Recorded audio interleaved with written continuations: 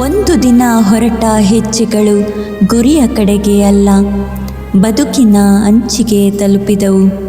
ಪಯಣವಿತ್ತು, ದಿಕ್ಕಿರಲಿಲ್ಲ, ನೆನಪುಗಳಿದ್ದವು, ಆದರೆ ಹೆಸರುಗಳಿರಲಿಲ್ಲ.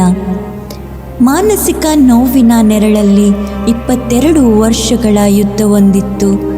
ಉದ್ಯೋಗದ ಕನಸಿನೊಂದಿಗೆ ಹೊರಟವನು ಕಾಲಕ್ರಮೇಣ ಅನಾಥನಾಗಿ ಕುಗ್ಗಿ ಹೋದನು.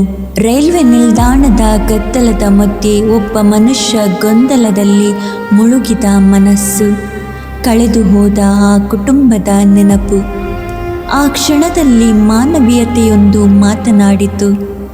2025 ನವೆಂಬರ್ 19ರಂದು ಬ್ರದರ್ ಜೋಸೆಫ್ ಕ್ರಾಸ್ಟಾ ಅವರ ಮಾರ್ಗದರ್ಶನದಲ್ಲಿ ಸ್ನೇಹಾಲಯದ ಕೈಗಳು ರಕ್ಷಣೆಯಾಗಿ ಕಟ್ಕಾಪದ್ಯ ಅವರನ್ನು ತಲುಪಿದವು.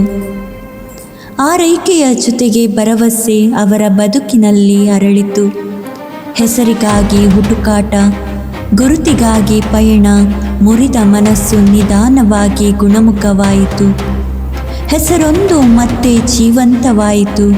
ಮಣ್ಣಿನ ಸುವಾಸನೆ ಹೃದಯ ತಟ್ಟಿತು.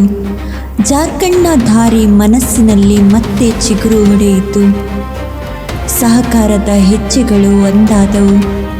ಸ್ನೇಹಾಲಯ ಮತ್ತು ಶ್ರದ್ಧಾ ಫೌಂಡೇಶನ್ ಒಟ್ಟಾಗಿ ಹುಡುಕಿದವು ಕಳೆದು ಹೋದ ಸಂಬಂಧಗಳ ಸುಳಿವನ್ನು.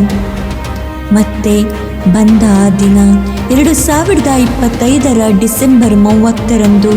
ಡಿಸೆಂಬರ್ನ ಬೆಳಕು ಕಣ್ಣೀರಾಯಿತು. ಕುಟುಂಬದವರ ಅಪ್ಪುಗೆಯೊಳಗೆ ಒಂಟಿತನ ಕಣ್ಮರೆಯಾಯಿತು. 1 ವರ್ಷದ ನಾಪತ್ತೆ ಒಂದು ಕ್ಷಣದ ಅಪ್ಪುಗೆಯಲ್ಲಿ ಕೊನೆಗೊಂಡಿತು. ಬೀದಿಯಿಂದ ಮನೆಯವರೆಗೆ ಮಾನವೀಯತೆಯ ಪಯಣ ಪೂರ್ಣವಾಯಿತು.